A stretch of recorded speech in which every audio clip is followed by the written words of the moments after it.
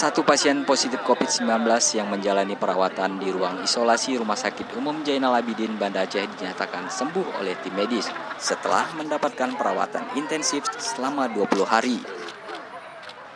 Pasien berinisial AJ yang berusia 60 tahun ini kini telah diperbolehkan pulang setelah dinyatakan sembuh dari COVID-19.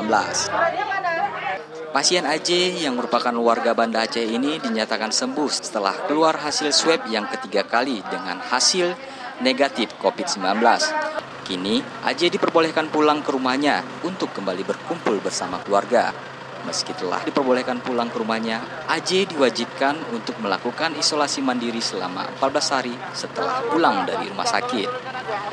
Sebelumnya, istri AJ yaitu IF yang juga positif COVID-19 lebih awal telah dipulangkan oleh tim medis. Pimpinan Rumah Sakit Umum Jainal Abidin beserta dokter yang telah dan perawat yang sangat baik kali pelayanannya. Saya terima kasih banyak-banyak dan semoga menjadi amal ibadah lah bagi beliau yang telah merawat kami.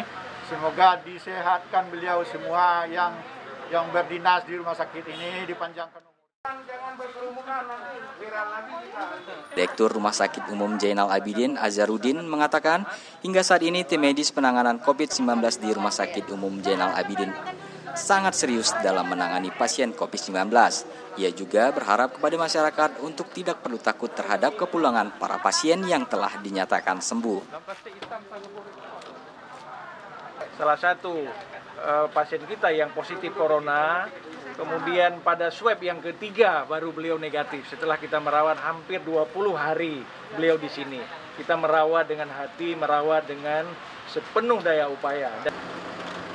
Sebelumnya, Rumah Sakit Umum Jainal Abidin Banda Aceh ini telah merawat 5 pasien positif corona. 1 diantaranya meninggal dan 4 lainnya dinyatakan sembuh. Dan hingga kini, tidak ada lagi pasien positif COVID-19 yang masih dirawat.